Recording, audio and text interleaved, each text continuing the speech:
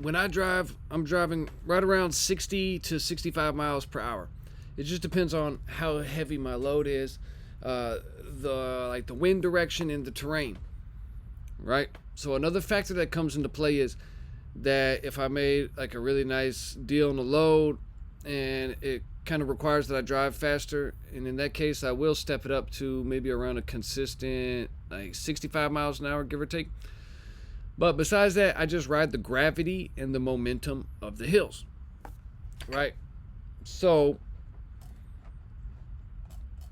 for example, I may be driving at 62 miles an hour up and down the road, just foot barely on the pedal, which is keeping my boost pressure down.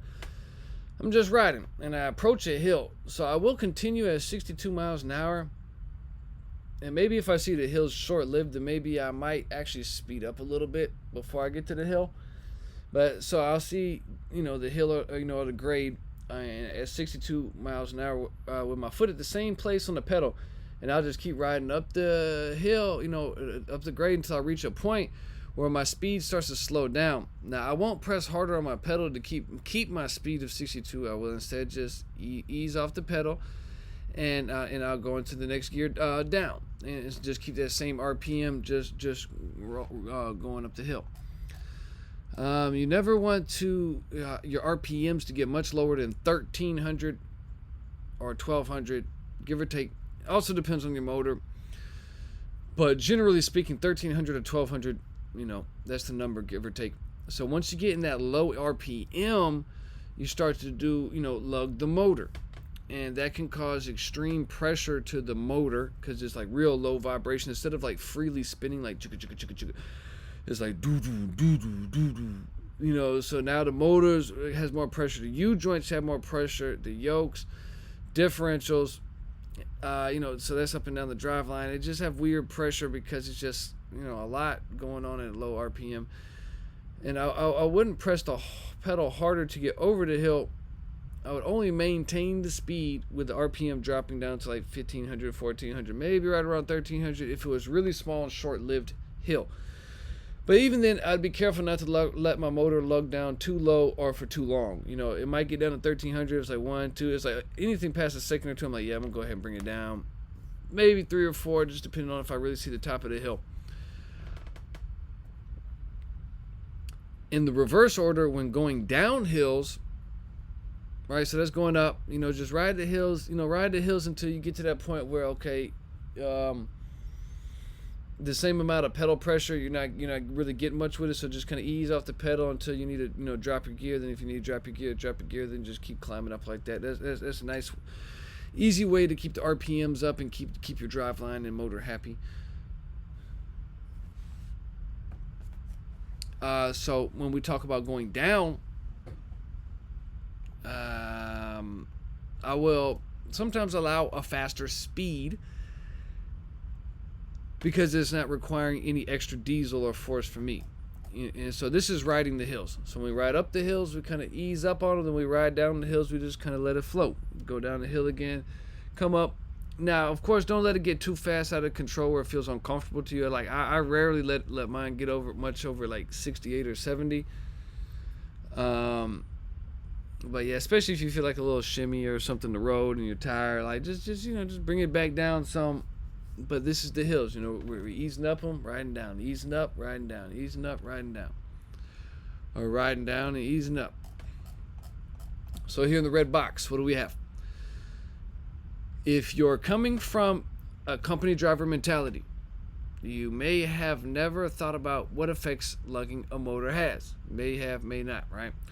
But as an owner, please stay out of those lower RPMs. All right, the lower RPMs.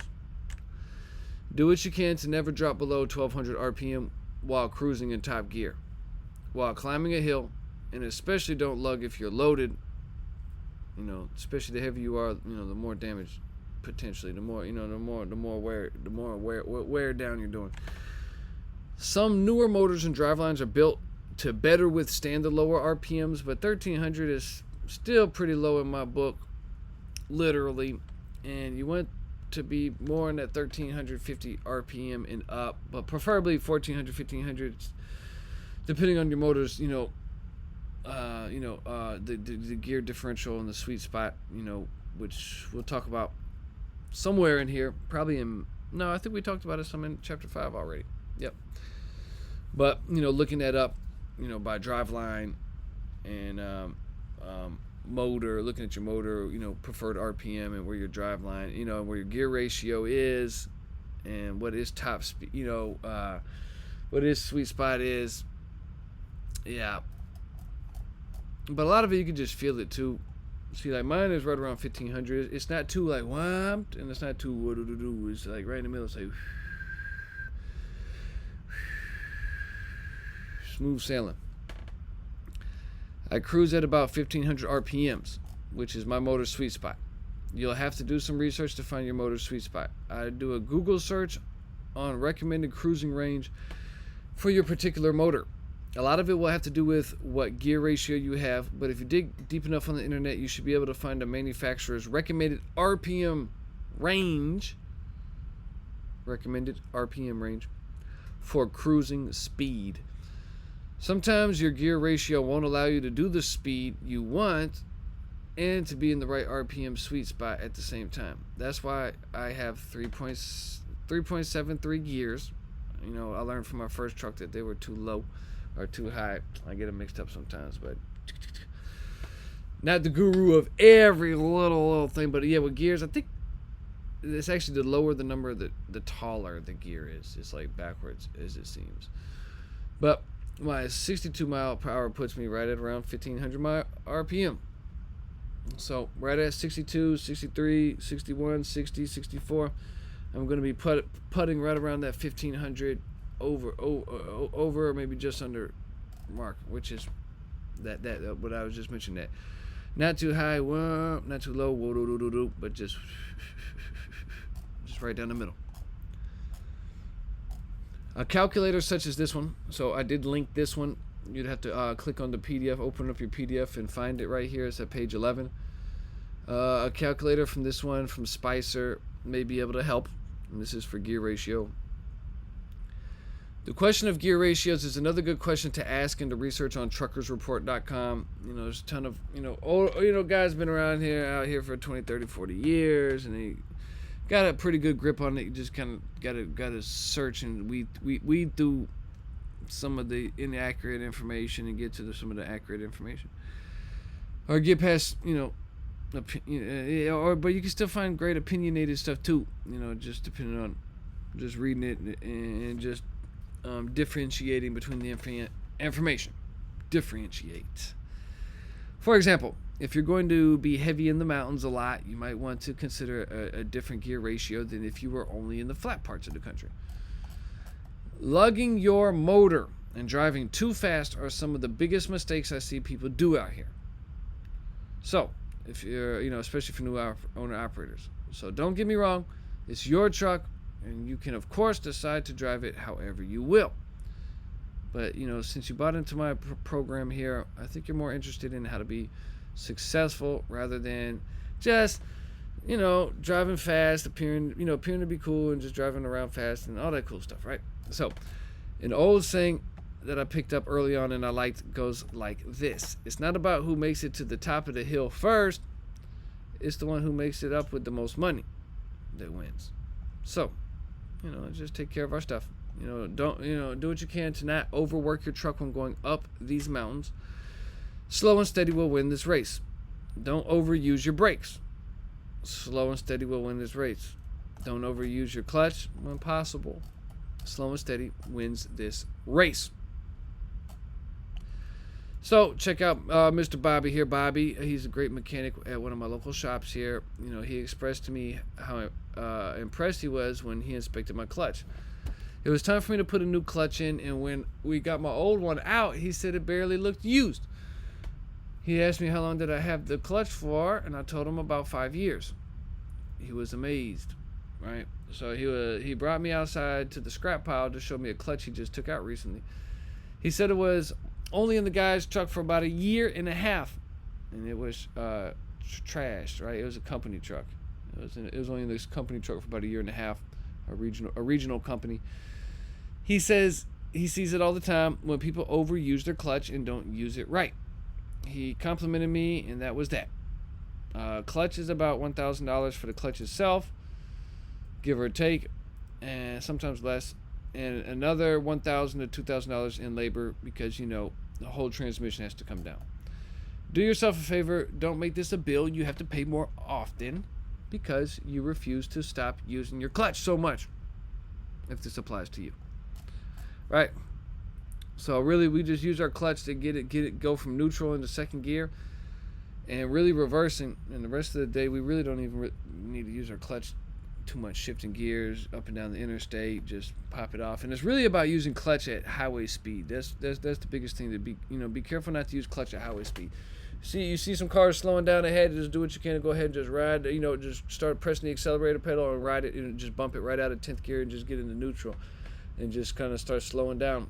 Just take your foot off the accelerator pedal and just let all that momentum that you've already created, just let it ride. Just let it ride until you see if the traffic's moving again. Then it's like, boom, you can put it back in gear.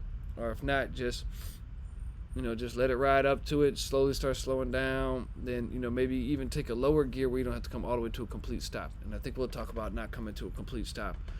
And that's one of the goals with our truck, and trailer and our loads. We have all this momentum, and we want to keep it going. Do what we can not to stop until we want to stop. As far as the clutch goes, right here, and you see, I get a little ahead of myself. I should just read.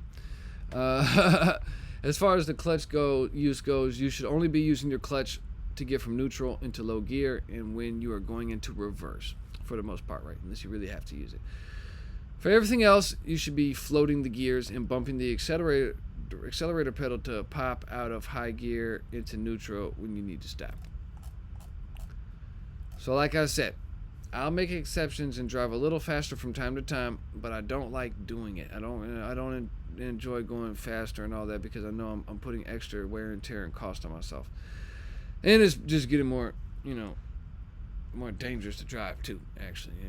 More likely for something to happen that doesn't need to be happening.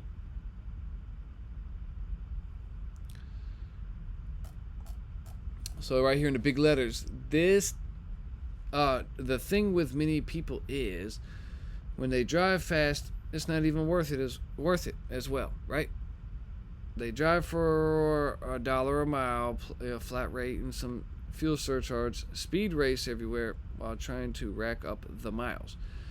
So especially if you're new to this, I advise you not to get caught up in this getting more miles mentality. It's definitely an age-old thing that that a lot of us fall into the trap of. Most of these guys don't make much more than $1,500 to $2,000 a week either. It may sound like a lot, but it's really not when you factor in maintenance and etc. You know what happens when you consistently drive faster? When you constantly drive faster, you also wear your tires out a lot faster too. Just faster speed, rolling resistance, and the revolution speed. As you probably already know, tires are pretty expensive. A good name brand tire, a nice name brand tire, will be in that $400 to $600 per tire plus FET, which is, FET is if you don't know, a special sales tax on new tires and vehicles,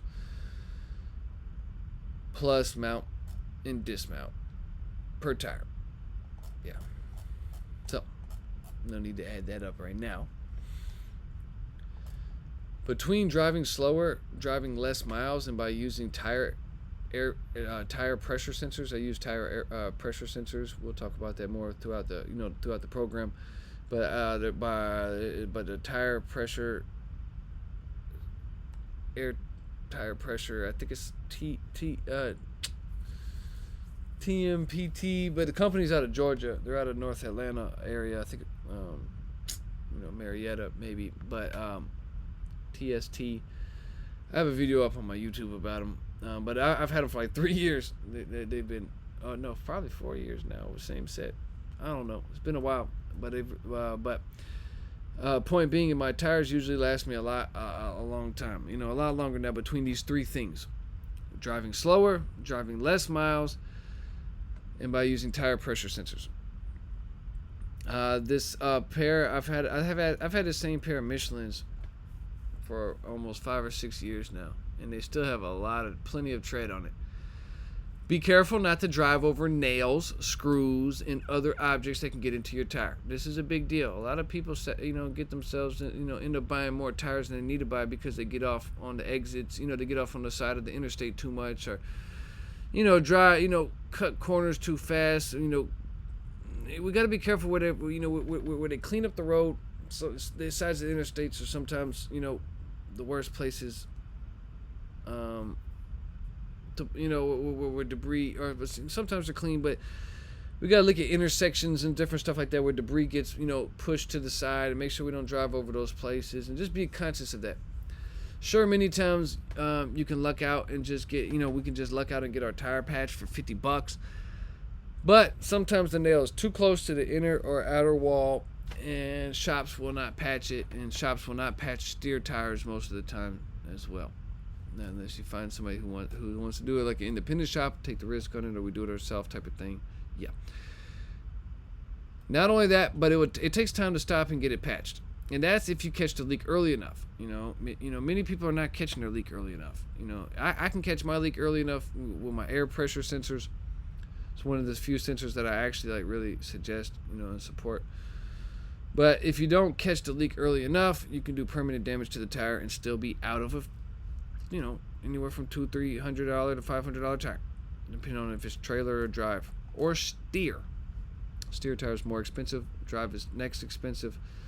Trailer is least expensive. That's one reason why I use tire pressure sensors on every one of my tires. Yeah, straight up. That's why I do. It's worth the investment. I suggest the investment whenever it's economically feasible, and it's kind of like some. You have some extra money, discrepancy money. I say, once you pass like that $10,000-15,000 range, and you got more money to put back into it, just here and there, I would probably go ahead, about that $20,000 mark, go ahead and start getting into these tires, so you could make your tires last a very long time. They help me keep track of the change in tire pressure due to seasonal temperature change. During the seasons from warm to cold, cold to warm, we'll see the pressure change where we need to either take air out or put air in. And at any given moment, I can check my tire air pressure right there in the convenience of my cab. So that alone is a huge time saver. If we were to actually go out there and check, because we really need our tires right here, as I say, 3 to 5 psi within each other, not to start not getting irregular tire wear. 3 to 5 psi, that's the magic number. Sometimes 6 is okay, 6 or 7 maybe, but you don't want it really too much, push past 5. So if this one's at 90 ps, 100 psi, you don't want this one to be no lower than 95. Because at that point, we could start to, one of the tires will start to get a wear in it, a wear that we can't get back. And I can also catch leaks before they get bad or too low. If there's like a little slow leak from something I just happened to pick up from a job site, or something that I just wasn't able to miss for some reason, or that I picked up. So as I was just mentioning right here in red, this is, danger. The place where you are most likely to pick up a nail or some other object is on the side of the road. The sides of the interstate can really collect debris over time. I would not stop on the shoulder of an interstate unless it's completely necessary. If you do stop, be careful and aim for a nice spot, a good spot that looks like it doesn't have random stuff on the ground. For starters, another, and just a place that's cleared out, or when we get closer into like different parts of the city or whatever, where it looks like it's cleaned up more, we just pick one of those spots if possible. Another place, and also, not with debris on the ground. You don't want to drive over that stuff. And if there's that type of debris on the ground, there's a good chance that there's also little nails and stuff. It could be nails and screws on the ground, or little things to pick up. Another place where you can pick up nails is in the truck stops. Sometimes, usually truck stops are pretty fine about it, but, just be careful around, around the shops. Sometimes shops are, have a nasty little trail of stuff around you got to watch for. And at shippers and receivers, right? especially if you do flatbed, like I do flatbed. Be careful and observant, and minimize this risk by paying attention, at your shippers and receivers. Even when backing up to a dock, if it looks like there's some stuff on the ground, don't play it lightly. It might be, it's a habit that I've picked up to always get out and look and just move stuff around if I need to. That way we save ourselves time and money and time. Go ahead and get out and move whatever is in the way out of the way. That one little moment of laziness that we get can cost us $1,000 after you pay for a new tire, or $50 on the low side, if you luck out on a patch, which most times we can luck out on a patch, but still, it's unnecessary, in my opinion. Even if you don't see, even if you don't see anything, but you notice the place that you're at seems like a little uncapped and messy in certain places, I would still probably get out and look before backing in, okay? Not only have I done this many times over the years, I still do this. And you know what? I very rarely ever pick up a nail. And I wonder why. Right? But seriously. So, the key thing to remember is that this is not a sprint. It is a marathon, right? Yeah, it is. Slow down, enjoy yourself, and make smart decisions with how you drive. Some people say it's too boring if I drive slow and I will get tired. Well, if that's you, you'll have to ask yourself, do I want to win? Well, do I want to win? And if you answer yes, then you will be able to adjust, your habits in order to give yourself a higher probability of success. Because at the end of the day, all the extra vibration, it's not cool. It's not necessary for your operation, right? That extra vibration is you basically aiding and abetting against yourself. The extra vibration is increasing in a negative way how often you need new parts. Parts and maintenance costs are high enough as it is. So right here in the blue, don't add to it just because you won't slow down a bit. So just do yourself a favor, if you want to, and give yourself a raise by slowing down and saving money on fuel and maintenance.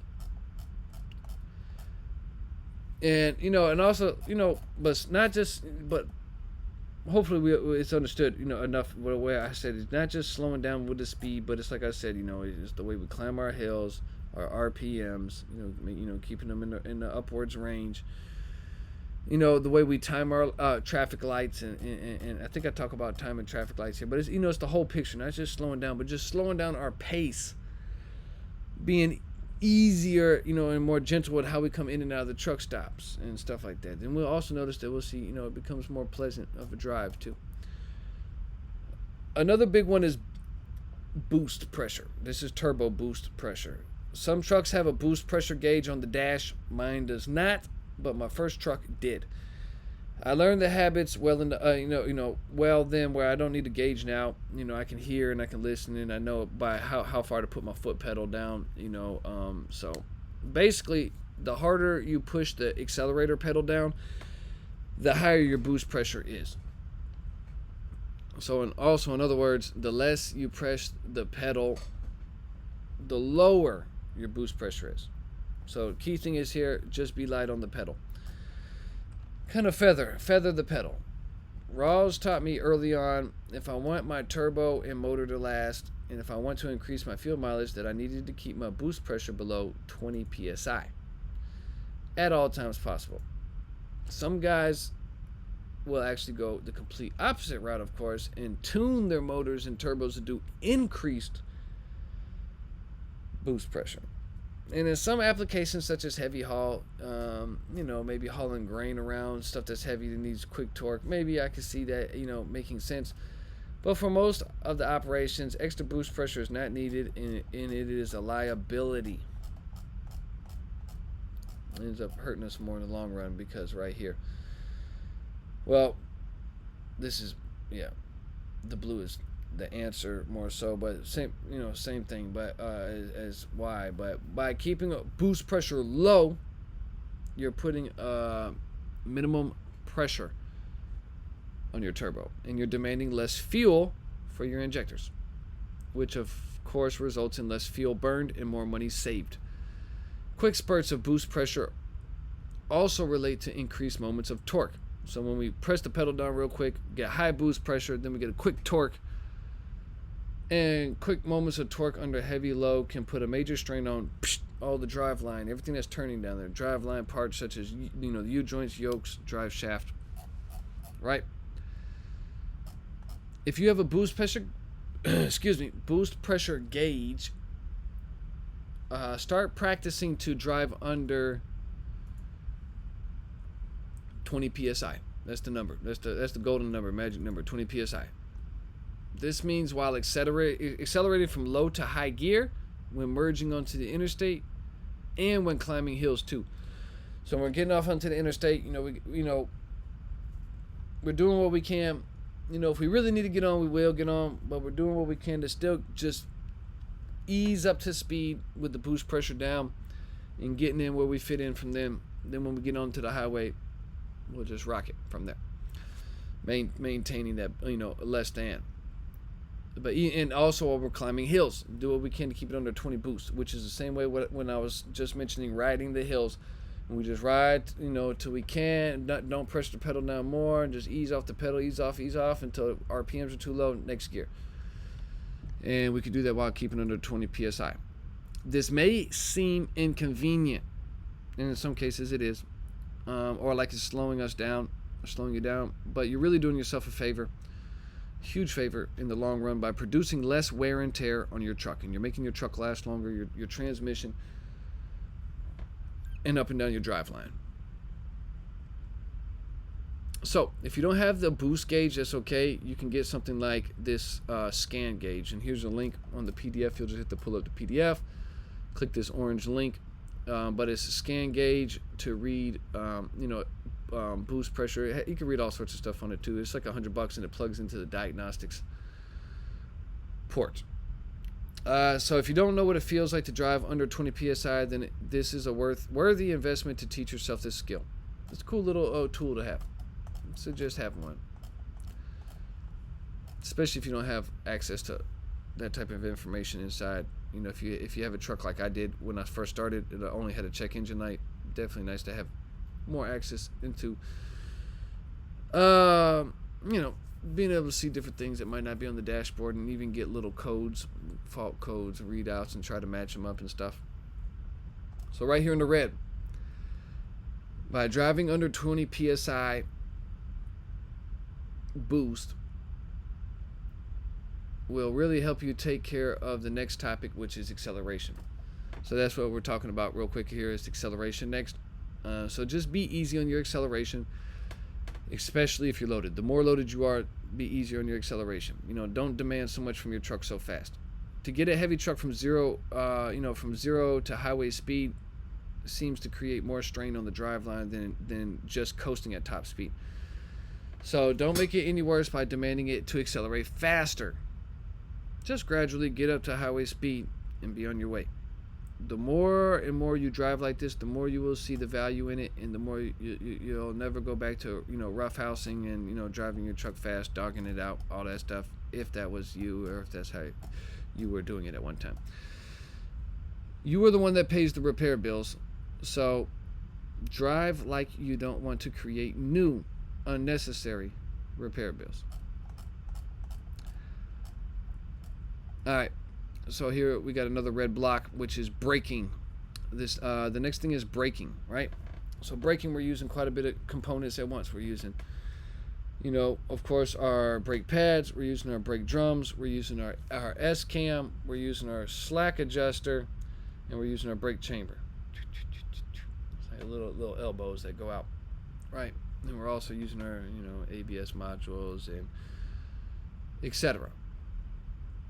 But as far as the wear components, boom. You'll see the theme in this chapter is just be easy, right? Just be easy. That's the theme. And it's the same thing for braking. Just be easy. If you do it right, you really won't need to use your brakes much. Yep. The less you use your brakes, the longer all your brake parts will last, the ones I just named. I know you've seen those guys that will rush past you, right? Then just to have to stop quickly at the next traffic light. Then here you come just rolling up. And if you time the lights right, you don't even have to come to a complete stop, and you might just blow right past this person again. Now you're ahead of this guy, and he's puffing out more smoke, trying to catch back up to speed. See, that's what we want to avoid. That like rushing to this. Then we're using brakes to stop, and we're using a lot of torque and accelerating fast to get back up to speed. We're burning more fuel and more torque, and it's just like, yeah, we want to avoid that. Not only are you physically ahead at this point, but you didn't wear your brakes out at all. Maybe just a little bit, you might have eased out, and he did, and you used less fuel. So just, wow, just take a quick moment to just visualize, just keeping your flow, and what that means through the course of like 12 consistent months of doing that every day over and over and over again. How much fuel you save, how much torque you don't, exert, how much longer you make your stuff last. If you want something to last, you have to take care of it. And that's one simple way that we do, right? Just coast. Just coasting, basically. So, but I'll tell you what I do with braking. What I do personally, which is starting with the interstate. When I need to get off on an exit, I'll put my turn signal on, and I'll put my truck into neutral, right? I'll just bump it out of gear. I don't use my clutch. 9 times out of 10, I'll time it just right where I'll just, I'll coast off the interstate almost all the way to the end, and I really won't need to use any brakes. I'll just kind of run out of speed. All right, just use a little bit of brake right before I get to the stop. Boom, that's it. That's all the brakes I really used. So my brakes last a long time, and if I'm off the interstate, I'm on a highway or a city street, of course, picking up, delivering, doing something, getting off, doing something, I'll just I'll do my best to time the traffic lights right. It's just a habit of so if I see from a distance that the light just turned yellow, I'll go ahead and put my transmission in neutral, whoop, and I'll just lightly use my brakes to kind of get up to that light, and the goal is to not come to a complete stop. Boom. So I did write about it. You see right here in the blue? Okay, that's the goal. My goal is not to come to a complete stop. So I just ease up to that light, and maybe it's just about to turn and I have to stop, I'll probably just go ahead and put it in second gear and hold it and just keep moving. But the best thing is to not come to a complete stop. Sometimes it's not possible, but not only would I use more brakes if I didn't brake like this, but it takes a lot more fuel and driveline activity to get the whole truck and trailer moving again from a complete stop. Yep, we were just talking about that. So take these habits and make them your own. Do what you can to limit the use of braking. So like I was saying, it could just really slow down. Then sometimes I'll even stop. I'll almost come to a complete stop, but just right before I stop, I'll slide it into second gear, where I really don't have to use the clutch either much, or very little. And then I'll just get back off the clutch, and I'll just kind of I'll stop a little ways before I would need to stop, and I would just kind of keep rolling in second gear before I get there if I need to, and if I have to come to a complete stop, I will. I'll mention this again in the maintenance chapter, but if you are someone who uses very little brakes, great. But this, I see. I know what part this is. If you're someone that uses very little brakes already, or you get to that point of mastering that habit or getting well at it, then that's cool. But here's a little warning: is that this can sometimes throw off our slack adjusters, our automatic slack adjusters. So because over time our brake pads start to get a little thinner and thinner, and automatic slack adjusters are supposed to make up for this slack, for this wear. And it does this, of course, it needs to make up for that slack so that the drum and the pad will still make great contact when we go to stop. There's a ratchet inside of the slack adjuster. Well, the problem is that it takes a hard brake application for the slack adjuster to automatically adjust. So if you're being easy on your brakes, which was what we're supposed to be doing, we can sometimes end up with a slack adjuster that doesn't ratchet down enough to compensate for the wear, which may result in the brake being out of adjustment. So Simple fix is what we do to this is we just, but it's in red to just know that this is a reality. So from time to time, we're gonna reset our slack adjusters just to stay ahead of that. And the fix to this is to, right here in the big letters, you can refer back to this. It's page 22, but it's real simple. We just press our brakes all the way down 6 to 12 times a day. So sometimes this is, I've heard it referred to as being called a 6-pack. But I do this in the morning usually, pretty much every day before I leave, before I start my day off. So, my motors, before I leave with my brakes released, so my motor's already warmed up, I'm already ready. I'm about to head out for the day. I'll release my brakes first. That's very important, to do that. When all that compounding pressure, you want to release the brakes first. And I just press my brake pedal all the way down 1 time, 2 times, 3 times, 4 times, 5 times, 6 times. And then, my air will build back up. And this will ensure that my slack adjusters are getting the pressure that it needs to reach down and ratchet down if it needs to make up for that wear in the brakes.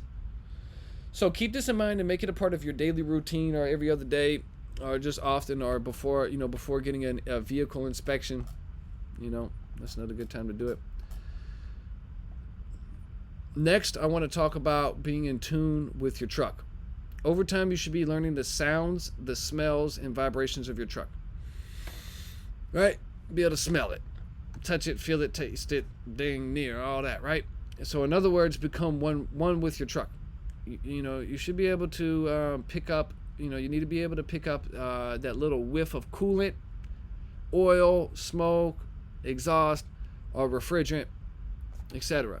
You need to know when something sounds off, like this is not the normal vibration, like this is a little different of a tick, like or it was stuff like that. You need to know when a slightly new vibration shows itself.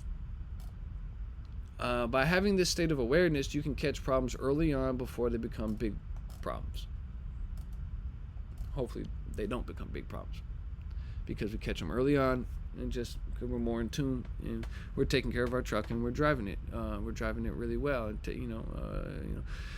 a little bit slower in pace, and just smooth. Because, for example, coolant has its own smell. It's kind of like a stinky sweet. It's like sweetens, but it stinks at the same time. It's a weird smell. Pay attention, like when you get your oil change, the first day or two after an oil change, you can smell what the smell of like fresh oil and what oil smells like. It's this smell to remember. Refrigerant smells like a weird version of rain, in my opinion. So if you ever start to smell some rainy thunderstorms and it's sunny outside, you might have a refrigerant leak. If so, stop quickly and try to find the leak. The Freon will be green, like a greenish in color, because finding a refrigerant leak once all the Freon is gone can be a real challenge, and you have to pay somebody more money to go try to find it, and you might not find it. So if you hurry up and like park it at the next truck stop or somewhere at a rest area, and you get out, maybe you can feel around or still catch the bubbles of where the green Freon is coming out. Take a picture of it, so that way you know where to start your repair. So like I said right here, by finding the leak yourself, you're going to be able to guide your mechanic and save yourself time and money when it comes to the repair. The leak will be somewhere between your AC compressor and to your air dryer. Then from your air dryer to your high and low pressure sensors, to your evaporator, to your AC condenser, and etc. Basically, just got to follow the lines off your AC compressor and go from there, and just check. You should become very familiar with your motor and your truck's particular sounds. The more you know these sounds, the more you can tell when the sounds are off. Then you can see what the issue is and nip it at the bud. I'm so in tune with my motor sound that I can instantly tell when someone pulls up next to me at the pump and if their motor is off or has a different sound or is ticking or something. I'll hear the difference or feel the whooping vibration, and I say, yeah, I know that's not me. And sure enough, I'll move, or the other truck will, and the difference of sounds will go away. Just be in tune with your truck's normal sounds That way you can be aware enough to spot anything outside of the normal, right? Cool. Keeping it moving. We're getting through this. We're learning something together, right? We're learning something. All these little things, all these little tips. That's why I got to read this too. All these, because it is a lot to read. I wrote a lot, but, it's all good. It's all here. I guess we'd rather have more than less, right? But keep the energy up, keep it moving. So the same thing with vibrations. It's very similar to the way you pay attention to sounds. By vibrations, I'm mostly referring to the low end, bassy like sounds, such as the low end vibration I mentioned about the truck next to me with the low end whooping, like whoop, whoop, whoop, whoop, whoop. By vibrations, I also mean being able to notice extra physical vibration. Where am I at? Extra physical vibration, or if the truck is shimmying, like going from side to side, shimmy too much. If so, check your wheels in the mirror real quick. Make sure nothing's actually loose. So like the more in tune you are with your truck, the more you can hear, smell, and feel where the problem area might be. So to wrap up this chapter on how to drive as an owner-operator, I will leave you with a summary and some good tips to know. The summary goes like this. Take your time, be careful, and drive your truck like you are the one paying the repair bills, right? Slow it down, easy. At the core of it, it's really that simple. Slow it down, easy. Slow it down a little bit. Slow it down around that corner. Slow it down coming out the truck stop. Oh, there's a big bump in that truck stop. Slow it down a little bit. Easy around here. If you stick to this foundation, you will start to learn new driving habits that you learn on your own and teach yourself new cool ways you like to do stuff and get around the corner and stuff like that. This is your truck and it's your business. Oh, sorry. Boom. If you stick to this foundation, you'll start learning new driving habits, like I was saying, on your own that will conserve your truck and your fuel. Conserve your truck and fuel. Conserve your truck and fuel. This is your truck and it's your business. Hooray, right? Hey, you must take the responsibility. That's what we all got to do. So here in the green, don't drive over rough roads fast, right? Stop using the shoulders on the interstate so much if you are. Stop braking so much if you are. Stop overusing your clutch if you are. In a successful business, you are always looking for ways to lower your overhead and increase your profit. By improving your driving habits, you lower your overhead with reduced fuel cost and with reduced maintenance cost, right? So by improving our driving habits, we're lowering our overhead with reduced fuel and with reduced maintenance cost. You are the boss, right? You're the boss now, right? Not a company driver. So nobody is out here anymore coming behind to pay for our repair bills. No more just calling the breakdown department and the guy from Loves and TA just shows up and it's all handy dandy, sunshine and all that stuff. Because it all adds up. This is our show and it's all on. It's our show and it's all on us. And I'll go here to also say this is your show and it is all on you. Your particular show is all on you. But you got this. Boom. Just be responsible, pay attention, and keep improving and, familiarizing yourself and educating yourself with experience, your own life experience. Drive as if you don't want to make any extra repair bills, right? Be easy, be profitable, drive to win. Now here's some cool tips and tricks that I want to share with you. Tips and tricks of the trade. Yeah, this is some of the valuable stuff. When you start a new day, always let your motor idle for 15 minutes or so, maybe a little less if you need to warm up your motor, get your fluids moving around before you take off.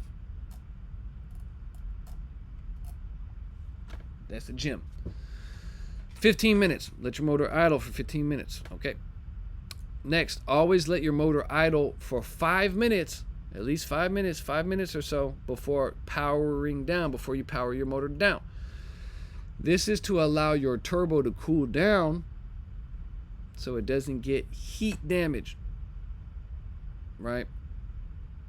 When we shut our motor off too quick, right there, we pull up to the fuel pump off the interstate, our turbo's raging hot, and we just shut out the motor, like we don't care. Go pump our fuel, and the turbo's like, I'm piping hot right now. So 5 minutes. This is another gem.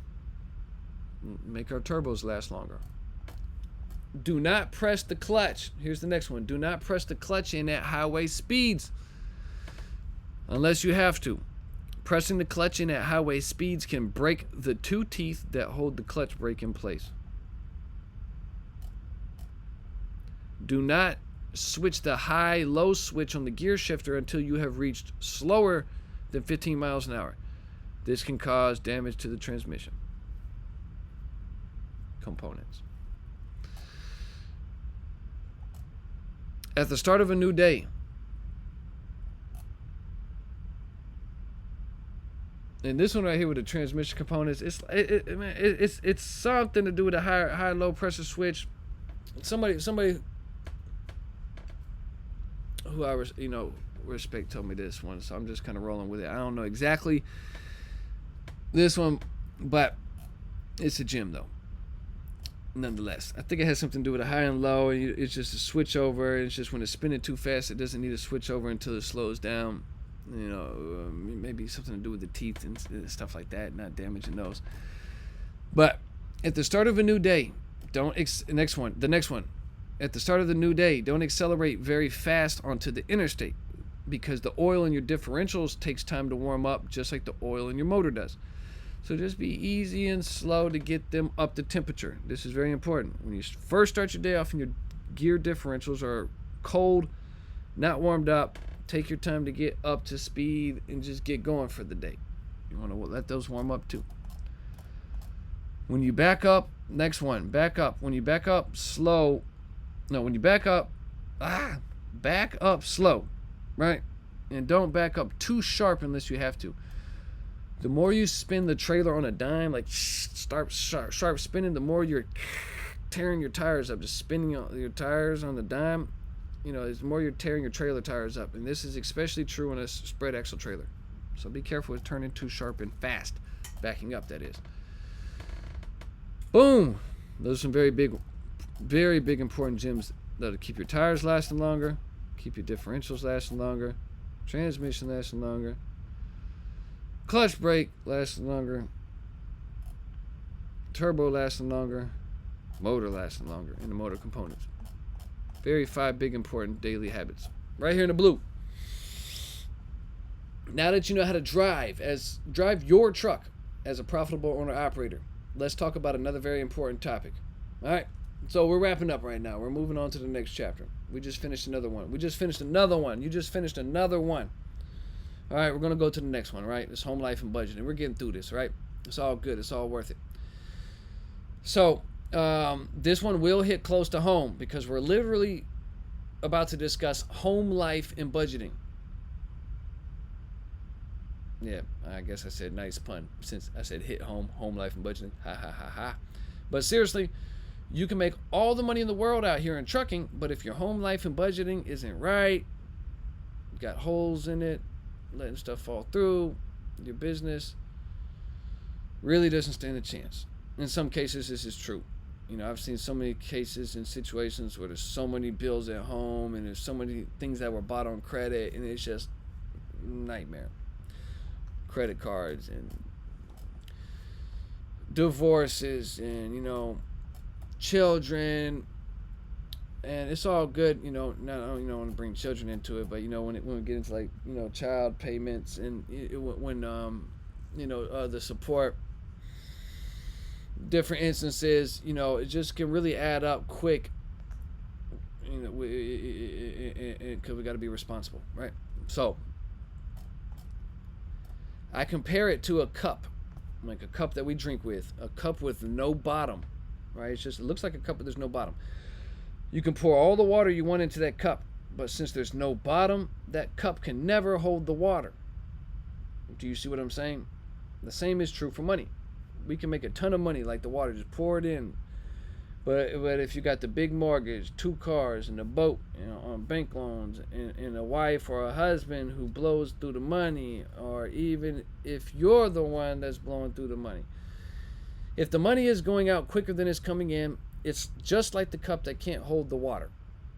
It won't hold much cash either. It won't hold the cash.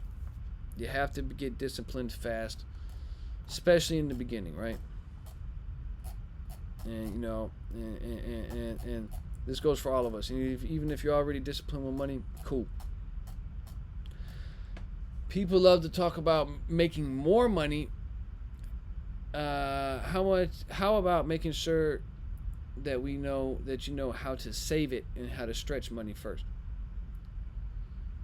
right?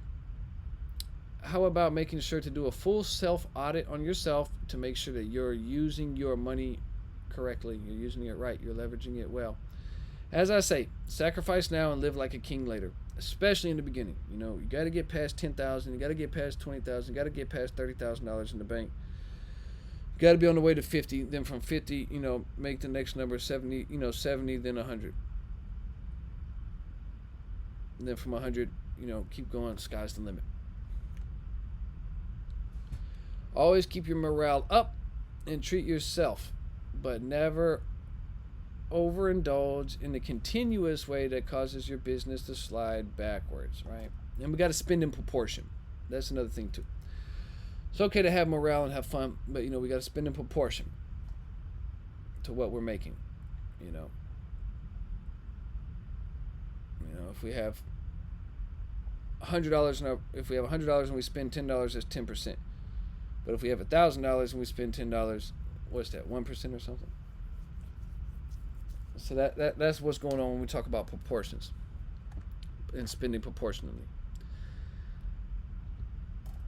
We're about to talk more about it, right? So, boom! A lot of people's failed business start right at their home, with their overspending and with their lack of budgeting and saving. It can happen to all of us. Even those of us that are strict, sometimes we get a little too unstrict. Count on more money to come in and overshoot stuff and under budget, and we just have to adjust, and keep it moving, right? Let's get into chapter 8. Even if you're good at budgeting and saving, I still want you to work through this next part of the program, and it's very important. Even if you're great at saving, I think this will still benefit you. So let's go. Home life and budgeting. That's what's next. Andrew's method. Let's keep this going. Let's keep the morale up. All right.